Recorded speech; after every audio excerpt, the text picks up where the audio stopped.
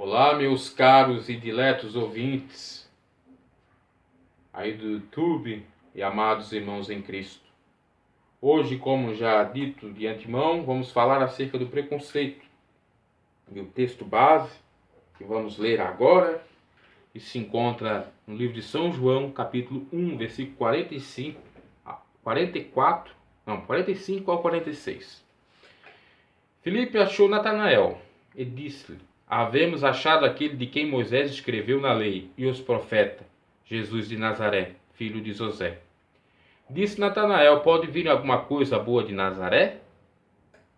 Então disse Filipe: Vem e vê. O que é preconceito?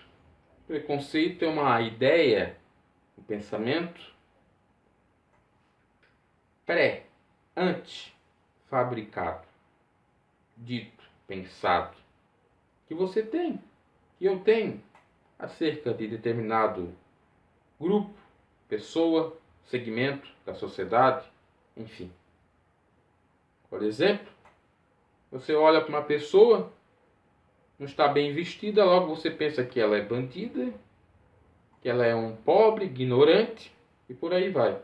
Até para servir de exemplo, não faz muito tempo eu estava conversando com uma determinada pessoa, olhei para ela, aparentemente parecia que era uma pessoa simples, né? Simples no sentido pejorativo da palavra, dizer assim, simples, pobre mesmo, né? Uma bicicletinha simplesinha, uma roupa bem simplesinha, até meio desgastada, até um pouco rasgada, e a pessoa vem falar contigo, né? Também um linguajar simples, mas você vai ver, a pessoa não é ignorante e a pessoa tem bens que muitos que ostentam pela sua aparência, com a sua roupa, com o seu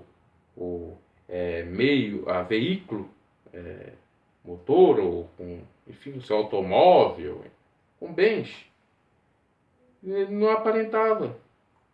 Então, a aparência, como diz o ditado, engana. E o preconceito está aí ligado a isso. Porque se você olha, ele está com a roupa rasgada, é um pobre, desmazelado, é ignorante, é isso, aquilo, aquilo outro. No entanto, não é bem assim. E isso nós temos que pensar, refletir, meditar, principalmente no seio cristão. Porque há muito preconceito. E esses preconceitos é que geram uma série de problemas e acabam com que cada vez mais o Evangelho seja atacado, escandalizado. Como assim? Posso te dizer vários exemplos, te dar vários deles. Por exemplo, um pastor que prega erroneamente a palavra de Deus, distorcendo a mensagem, o fulcro da mensagem, o texto central dela, pregando a questão da prosperidade acima de Deus, né? Essa coisa da teologia da prosperidade é um exemplo. Prega como se Deus só nos desse bênçãos, riquezas em cima de riquezas. E até eu estava escutando um desses pastores conhecidos falando acerca da prosperidade, dizendo que qual é o pecado de nós sermos ricos?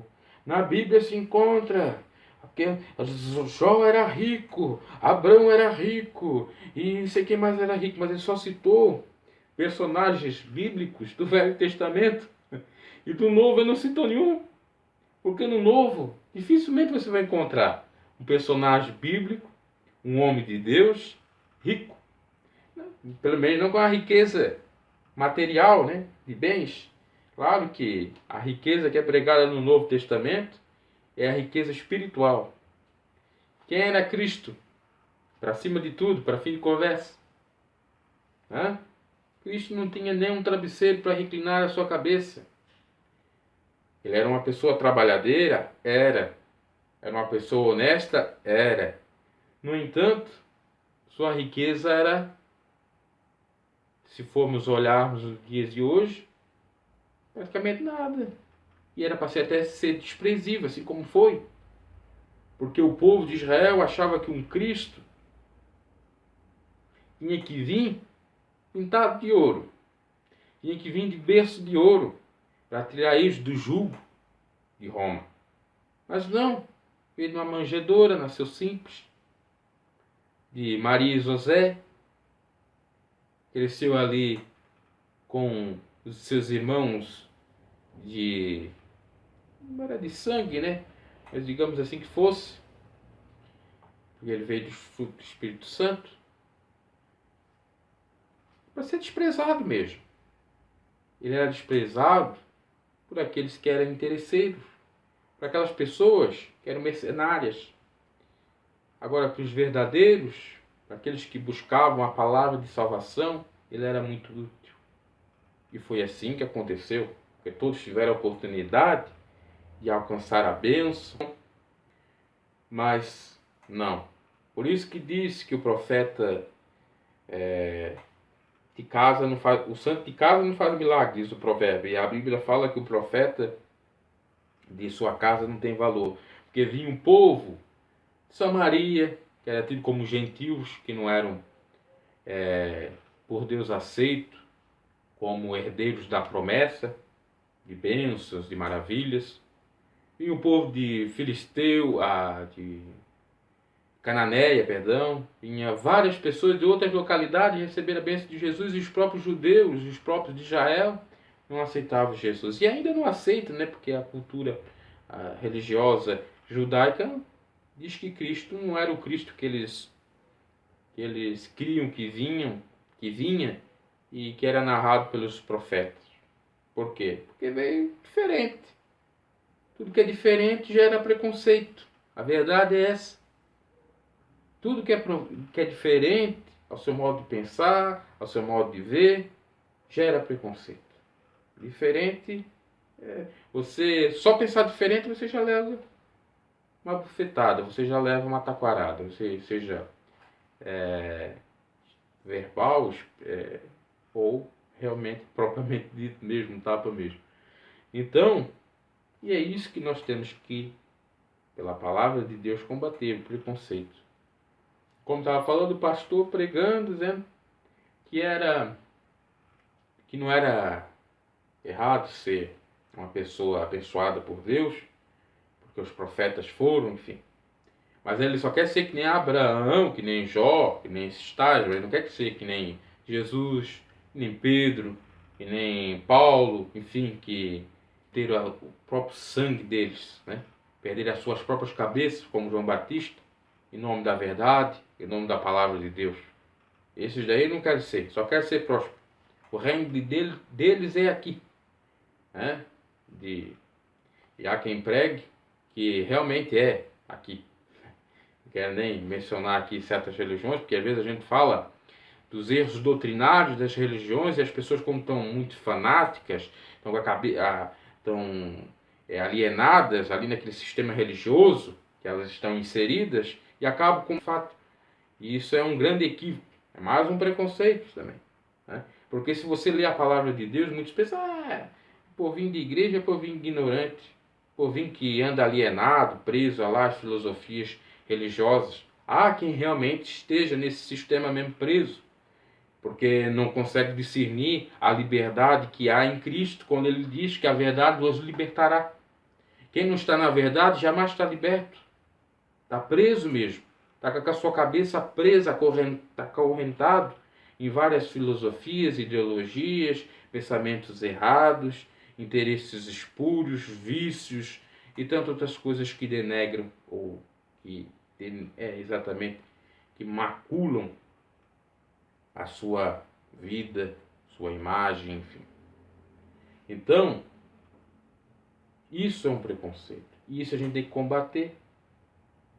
Essas ideias estereotipadas que muitos têm. Você é um pastor, então você é corrupto, você é ladrão, você não quer trabalhar, você é um vadio, você é um vagabundo. Você é padre, você é pedófilo. você é um pervertido sexual. E aí nós vamos combater certas coisas que as pessoas falam e nós acabamos sendo mal interpretados. E até eles usam a Bíblia para nos condenar. Ah, mas ele não pode falar dessa maneira, cadê o amor? Ora bolas, o amor está escrito. Mas do amor advém a justiça, porque amor sem justiça não existe e vice-versa. É o que diz Paulo na carta aos Coríntios 13, que o amor não folga com a injustiça. É com a justiça que folga. E a justiça, que é a justiça? No termo, de acordo com o termo teológico, justiça, não estamos falando aqui de direito, não estamos falando aqui de teu pensamento acerca de justiça, estamos falando em teologia. O que é justiça? A justiça é Deus, é os mandamentos de Deus. É todo o conjunto de leis e mandamentos do Senhor. E é o que ele faz para aquele e aquela que cumpre e, não descumpre seus mandamentos. É diferente. Por exemplo, Deus acha certo você tá aí atacando seu irmão por inveja? Não, Deus não acha. Então, obviamente que tudo aquilo que o homem semear, ele vai colher. Você vai sofrer o dano. Mais cedo ou mais tarde, porque Deus é justiça. E a justiça do homem é trapo da imundícia. E o que é o trapo da imundícia? Trazendo assim, secando a coisa. É o modo que a mulher usa, isso mesmo. Quando a Bíblia fala lá em Isaías do trapo da imundícia, trazendo para os dias atuais, é o modo que a mulher usa. E por que a mulher usa o que se chama politicamente correto, né? É o absorvente que ela usa. Para quê? Para tirar suas impurezas, suas contaminações ali, quando ela está menstruando. Então, Deus compara a justiça do homem com aquilo. Que a justiça do homem é feita com o que não deve, com o que não presta. Que jamais vai ter realmente, de fato, a justiça. Porque há interesses, e esses interesses são como a menstruação, que jamais, com o absorvente, vão conseguir, de alguma maneira, interromper essa menstruação. Que até muitos desses absorventes nem conseguem, a contaminação é tão grande, que nem esse trapo consegue limpar as impurezas. Por aí nós podemos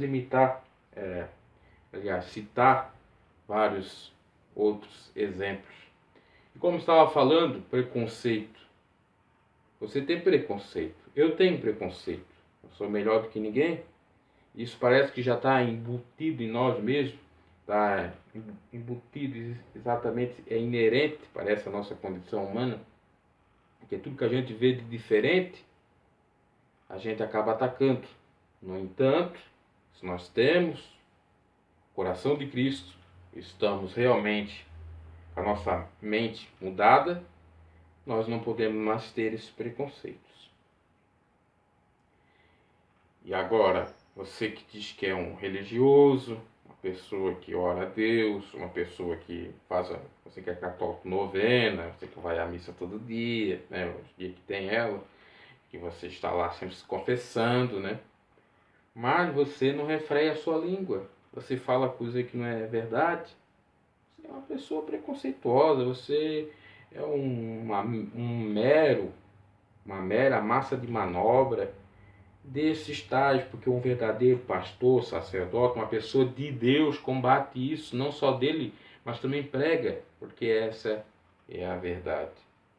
E aí vinha Natanael, com aquele pensamento, com aquela pecha, com aquela mácula da cidade de Nazaré. E lá não vai vir Jesus. Esse Jesus não pode ser o Cristo. Esse Jesus não pode ser o Salvador, não. Jamais.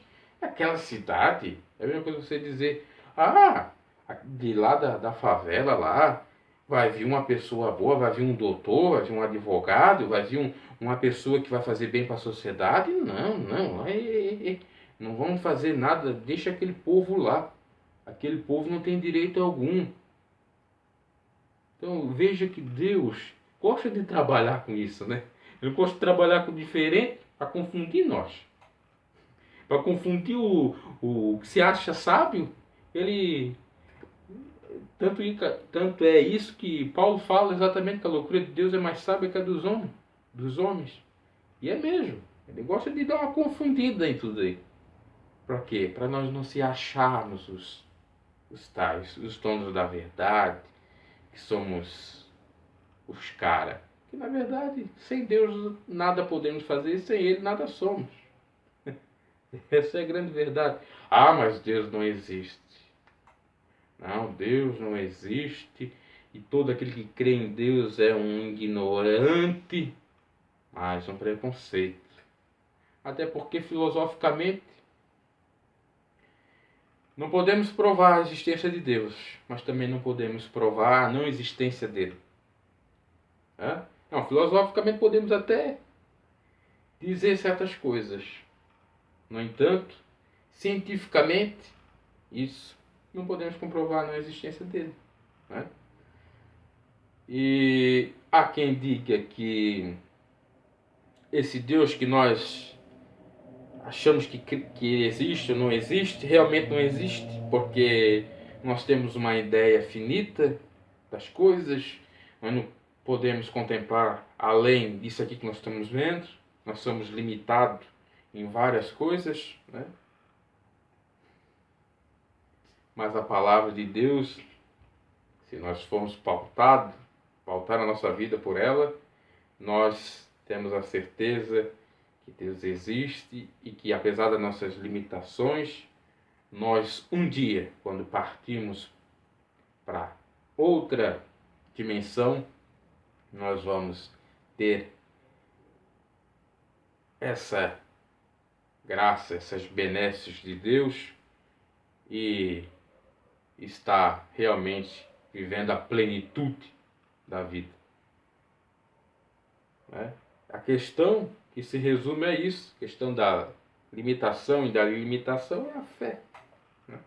Se você tem fé que você, apesar dos seus limites realmente naturais, você é uma pessoa que não vive só da matéria, você tem espírito, você tem alma, apesar de estar aqui encarnado e não poder muitas coisas, por exemplo, atravessar uma parede, Cristo pôde quando ressuscitou, né? Que já ressuscitou em glória, um novo corpo. É a promessa. Se Cristo ressuscitou, nós vamos ressuscitar no dia que nós abaixarmos a sepultura. Agora, se nós não cremos que realmente Cristo não ressuscitou e que ele era um mero homem que nem nós, realmente nós estamos perdidos e é tudo em vão. Tudo em vão. Mas se cremos como ele ressuscitou e teve um novo corpo esse incorruptível, nós vamos ter também. E isso é lindo, é maravilhoso. Apesar de muitos criticar tudo isso, achando que isso é muito grato, que a religião, no sentido da teologia bíblica, é uma coisa boa porque nos conforta, nos serve de alento, de autoajuda, nos dá resposta, nos dá certa certeza das coisas. Já a filosofia e a ciência não, sempre estão questionando, sempre perguntando e sempre afirmando praticamente negativamente. Por isso que a fé é inexplicável. Agora a Bíblia explica o que é a fé. Para os cientistas a fé é inexplicável, mas a Bíblia fala claramente. Ora, a fé é o firme fundamento das coisas que se esperam e a prova das coisas que não se veem. É lindo, é isso a fé. E nós tendo fé, nós somos salvos. Por meio da fé nós somos salvos. E nós tendo fé, nós somos justificados. E nós tendo fé, nós cremos nas palavras de Cristo. E se nós temos fé como grão de mostarda, muitas coisas são feitas. Obras maiores do que essa, como disse o próprio Cristo. milagres, maravilhas. Não é ficção. Não é dizer que tem milagre para ganhar dinheiro. Não é interesse. O interesse único é de ser fiel a Deus. E aí é que nós vamos, pouco a pouco, de degrau em degrau, acabando com os preconceitos. Quando nós fizemos a entrega total da nossa vida a Cristo, tudo que se fala de preconceito, a gente nem dá bola e a gente também não tem mais preconceito com nada. Porque a Bíblia nos revela as coisas. Cristo disse que a palavra de Deus é revelada aos pequeninos. O que são os pequeninos? São aqueles que servem ao Senhor de coração, de corpo, alma e espírito. São os humildes. São aqueles que reconhecem que não são nada sem Deus. São aqueles que ficam nus, se despem, melhor dizendo, se desdespem. A questão são pessoas que despem da sua caraça, da sua arrogância, da sua egolatria. Então as pessoas que se desnudam, tá? E tudo aquilo que desagrada a Deus, despem. Essas pessoas são abençoadas pelo Senhor. Essas pessoas que se desnudam das coisas ruins e vestem a roupa divina da santidade, o manto da santidade, esses são pessoas que não têm preconceito. E aí falar do termo preconceito é muito complexo, porque existe preconceito de tudo quanto é maneira. Muitos falam que os pastores têm preconceito, por exemplo, agora está muito evidente isso, com os gays, com o movimento LGBT. Será que tem preconceito? Ou porque seguem a palavra de Deus e são contrários às suas práticas, eles dizem que nós temos preconceito a isso. Eu não sou pastor, não sou padre, não sou sacerdote, sou um cristão. E eu que digamos assim, gosto do feminino, né, e não do masculino, então eu sou preconceituoso. Será mesmo? Tem que colocar uma mordaça, eu tenho que aceitar, eu tenho que levar tudo de vento e polpa. Eu tenho que, enfim, engolir aquilo. Será? Eu não posso mais ser quem eu sou? E até tinha um comentarista que fazia uma blague, uma piada com isso, dizendo que no futuro o mundo já é gay. No futuro o mundo vai ficar tão gay que dizer ser heterossexual vai ser um absurdo, né? Vai ser uma ofensa.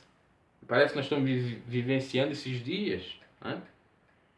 Que o certo é ser o contrário. Então aí a palavra de Deus se cumprindo, porque a inversão de valores está acontecendo. Os gays, lésbicas, bissexuais, homossexuais, enfim, esse movimento, eles têm o seu direito garantido na legislação. Isso é certo. Não podemos, de maneira nenhuma, se nós amamos o próximo, atacar esse tipo de gente no sentido de bater neles, xingar, implicar com eles, enfim, porque eles são seres humanos. E Cristo disse, nem por força, nem por violência, mas pelo Espírito de Deus. E pelo Espírito de Deus é a palavra que Ele fala em nossa boca. Então, temos que respeitar, obviamente. Agora, o que os ativistas desse grupo quiseram colocar aí para incriminar pastores, padres, enfim, qualquer um que pregasse contra a sua prática, o seu comportamento, isso é o que é um absurdo, porque eu não posso mais pregar ou falar ou comentar aquilo que eu discordo. Ah, porque isso é incentivo à violência. Onde está o incentivo à violência? Incentivo à violência está no fato de eu pegar e fazer mesmo. Pegar, ó, vamos agora caçar esses tais e matar. Por causa disso, jamais. Porque se fazer uma pesquisa, pode ter isso. Os pastores não falaram nada, ficando quieto, todo mundo ficar quieto. Vai ter isso da mesma maneira. Por que vai ter isso da mesma maneira? Porque isso já é inerente ao coração do homem. Tem gente que realmente tem esse sentimento que não é o certo, fazer mal às pessoas. E que tem que ser combatido, tem que ser preso. Agora, querer colocar uma mordaça em nós, não quer dizer que eu gosto de maçã, eu não posso mais dizer que eu gosto da maçã. Eu tenho que dizer que eu gosto da pera. Eu tenho que dizer que eu gosto da mandioca. Né? Eu não gosto mais da outra fruta lá. Então é isso aí, é um absurdo. Né? Assim como o cara ser um ativista religioso também, né? E querer fazer atrocidades com esses tais aí, como aquele pastor que fez, dito pastor, né? Que não é pastor, pegar e chutar lá em 1990 alguma coisa, chutar uma santa. A Bíblia condena a idolatria, seja ela de qualquer tipo que for, né? De madeira e até aquela que só fica conosco mesmo, que nós temos, às vezes nós admiramos tal pessoa que idolatramos elas, às vezes até pode ser o nosso próprio ente querido. A Bíblia condena, tem que adorar somente a Deus. Mas nós não vamos lá atacar a fé dos outros.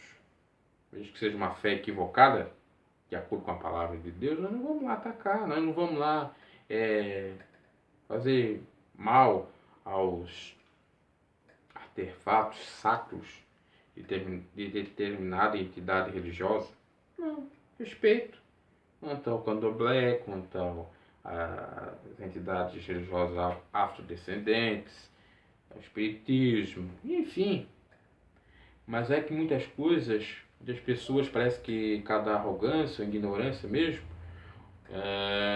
não pensam, meditam e refletem que a própria geradora de preconceitos é a igreja dominante, ou predominante no Brasil. Se você for estudar e buscar fatos históricos da igreja católica falando, você vai ver que ela, no início do Brasil, ela quis catequizar à força os índios. Catequizar os índios. Quer dizer, admoestar a força para os índios converterem ao cristianismo. É uma aberração. Como já disse, nem por força, nem por violência, tudo pelo Espírito. Pregar, podia pregar eles, mas não fazer isso. Matar até, inclusive. Hitler, católico, foi lá e exterminou os judeus. Fez aquela coisa terrível do Holocausto. Aí eu estava até pensando esses dias, fazendo uma analogia, os judeus que recusavam Jesus, que mataram Jesus, e crucificavam, Hitler fez diferente. Agora eu vou me vingar desses judeus que mataram meu Jesus. Eu vou matar eles também. Apesar de que é uma aberração essa analogia que eu estou fazendo, até porque há muitas coisas aí do contexto histórico que são divergentes. No entanto, mas eu trazendo isso assim, para meditar, né? É os absurdos que dá para fazer em nome de Deus. Né?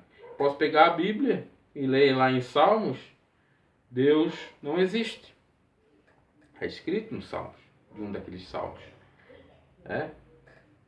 Deus não existe. Aí só lê aquele versículo e não lê o outro, você vai ver que no outro está escrito: Deus não existe para o ignorante, para o louco. Até posso ler aqui, se eu não me equivoco. É o Salmo 55 ou 50, aí na casa dos 50 aí. Então, para você ver como os preconceitos são gerados por... Olha, no 53, disse o nécio no seu coração, não há Deus. Aí se você só ler aquela parte ali, é só um versículo, veja bem. Não há Deus.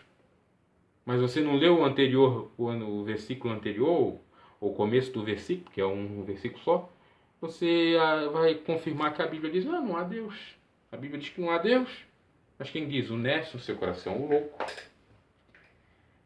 Então o preconceito ele é gerado a partir do diferente e a partir da ignorância. É isso que é gerado preconceito. E a Bíblia tem que ser examinada por você, tendo o Espírito Santo de Deus para discernir, obviamente. E você vai ver na Bíblia que existe tudo que você imagina para acabar com o seu preconceito. Né? Seja pelo diferente e seja pela ignorância. Existem relatos históricos, as obras que foram feitas e onde terminou, exemplos, que pelos outros a gente também é instruído. Quer dizer, uma pessoa sofreu porque fez isso. Logo eu vou ter um juízo de valor daquele fato. Tem que tomar mais cautela, porque fulano fez assim, não foi muito legal, então tem que fazer de outra maneira. E a Bíblia deixou esses fatos, esses relatos, justamente para isso, para que podemos examinar. Mas não que ela concorda, não que Deus concorda, não que Deus deixou para que nós fizéssemos, por exemplo, homicídio entre os irmãos ali, de Caim contra Abel, né? Outros, um incesto das filhas de Ló, né? Com ele, obviamente. O filho vê a nudez de Noé, Cã, foi amaldiçoado. Isso ali no sentido de ver a nudez, ele fez uma brincadeira jocosa ali, né? E muitos até interpretam que hoje em dia, na época quando a gente é criança, muitos fazem essa coisa, que é passar a mão naquele lugar da pessoa. Então, nem colocar aí mesmo, de fato, sem preconceito, nas nádegas, né? E isso foi amaldiçoado, né? Então, mas Deus deixou aquilo ali porque sabia justamente o que ocorreria nessa sociedade que está distante dele. É adâmica, é aquela herança adâmica do pecado, está sempre propensa a fazer tudo que é errado, né? E aí está. Ele falar do preconceito, era mais ou menos isso. É um termo complexo. Falamos aí de Natanael. Se nós ficar só preso ao texto de Natanael, também uma mensagem muito maravilhosa, porque Natanael tinha o preconceito de Nazaré, de Cristo, e aí ele teve o encontro com Cristo, porque Cristo disse: ó, te vi lá na figueira, aí porque tu me viste na figueira, tu cresce? Foi a resposta de Deus, de Jesus, obviamente, a Natanael. E aí, o que ele disse? Ele disse: tu é realmente o rabi, tu és o mestre. Mas ele disse isso pelo fato de Cristo ter visto ele, né? E ali se manifestou a glória de Deus, porque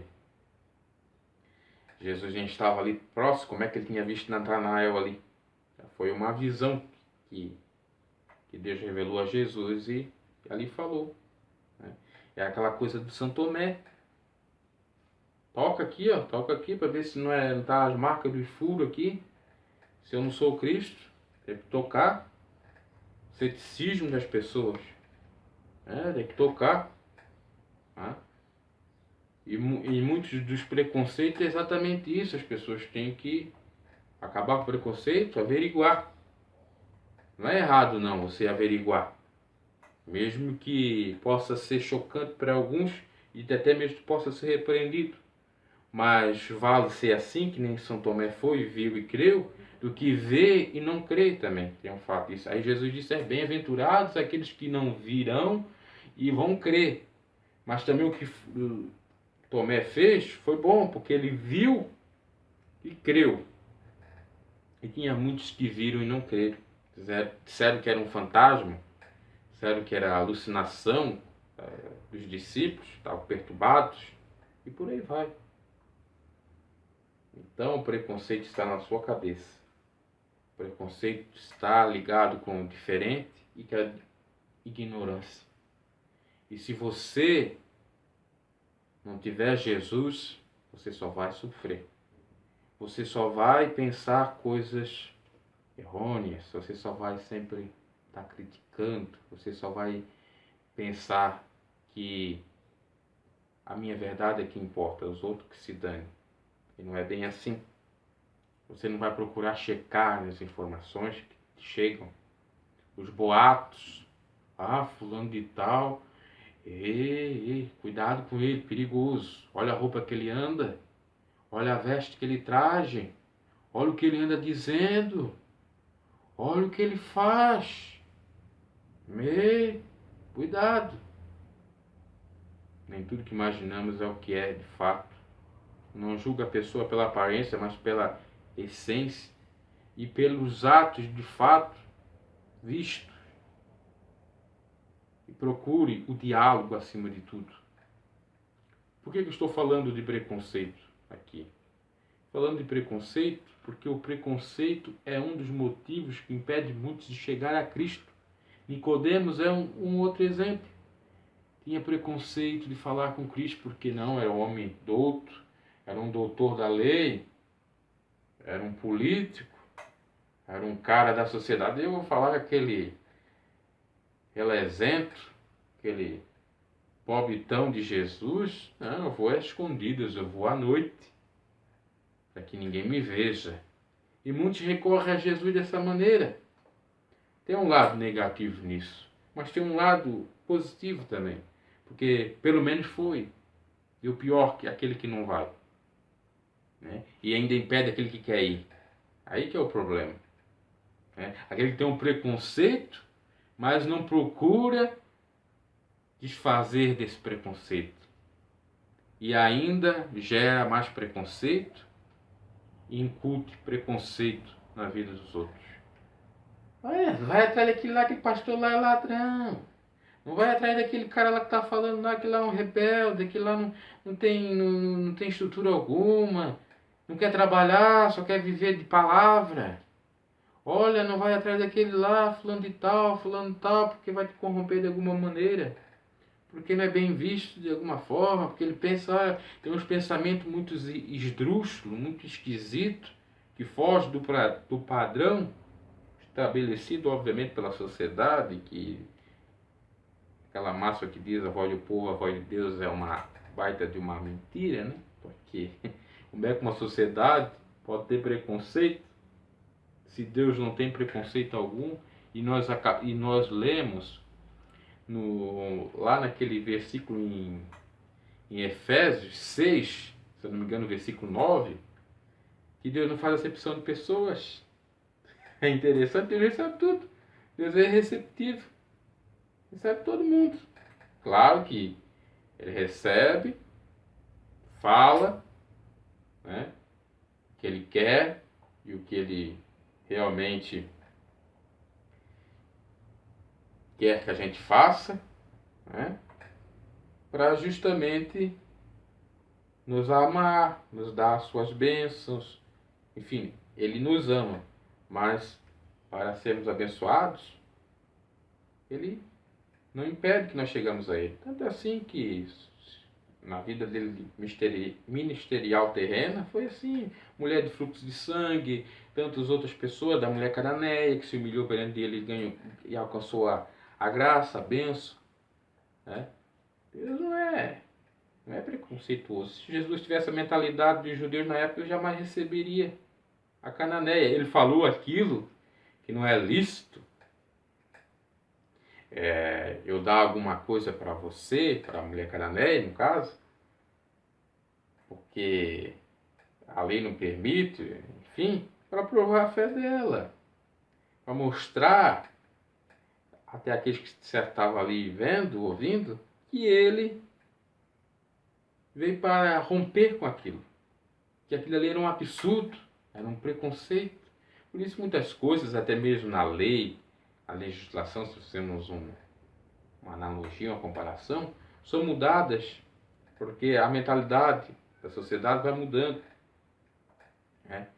E vai mudando, muitas vezes, para o mal, né? Mas também muda para o bem. Muda para o bem também, né?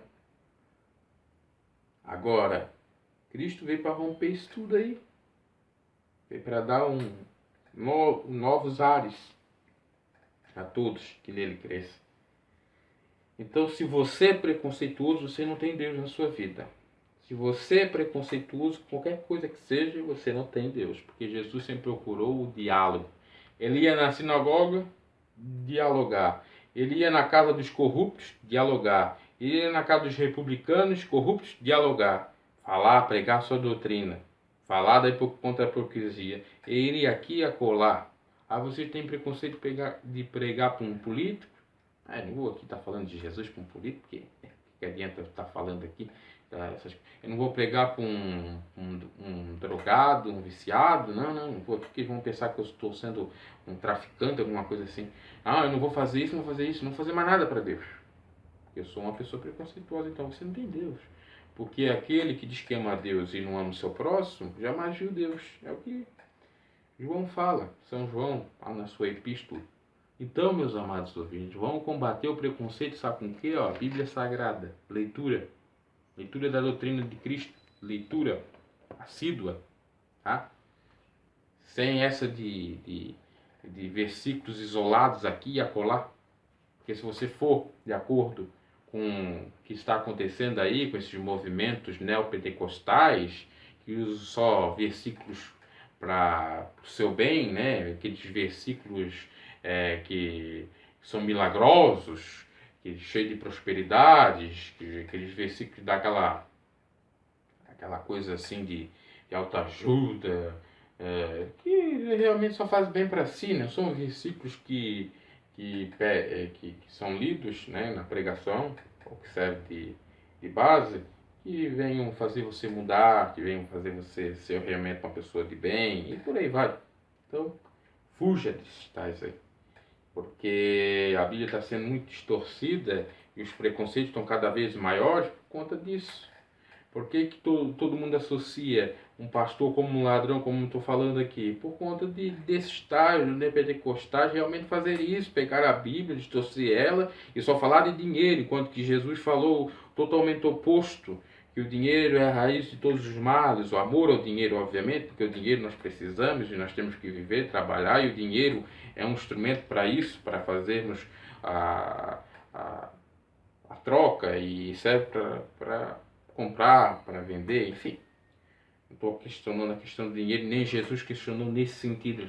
Questionou a questão dos bens materiais, as pessoas terem amor aos bens materiais e ter só interesse dos mercenários. Jesus falou, se você só ficar em Jesus, por exemplo, você vai comer o sapato, as sandálias da humildade. Porque Jesus é isso, humildade pura. Tem nenhuma riqueza material em Jesus. E nos apóstolos também, só sofrimento. Ah, mas vamos lá para o Velho Testamento, vamos lá pegar aquelas prosperidades lá, pegar uns textos isolados aqui, fazer uma salada mista aqui, aqui, ó, ou aqui, aqui é a prosperidade, a fogueira aqui da bênção de Deus aqui é a bênção de sei do que, aqui é isso, aquilo, aquilo outro, como se Deus fosse uma pessoa que só quisesse dinheiro, e a palavra de Deus é tudo contraditório. A palavra de Deus diz claramente que ele é o dono do ouro e da prata, né? Então ele quer dinheiro, ele quer dízimo, quer oferta, quer isso, aquilo, aquilo outro. Não, por conta disso, dessa arrogância, preconceito, continue escandalizando o Evangelho. Por conta da diferença de você ser separado, e também tem isso,